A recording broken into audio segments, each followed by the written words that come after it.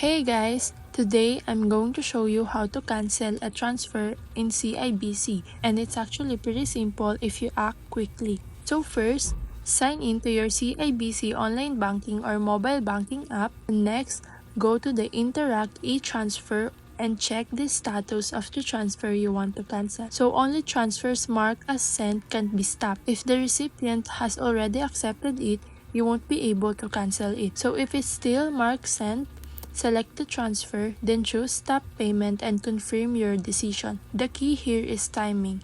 The sooner you act, the better your chances of canceling it. It's also a good idea to keep a record of any confirmation numbers or emails related to the cancellation for your reference. And in some cases, especially for larger transfers, you might need to visit CIBC branch in person. You can also contact customer service ahead of time for guidance.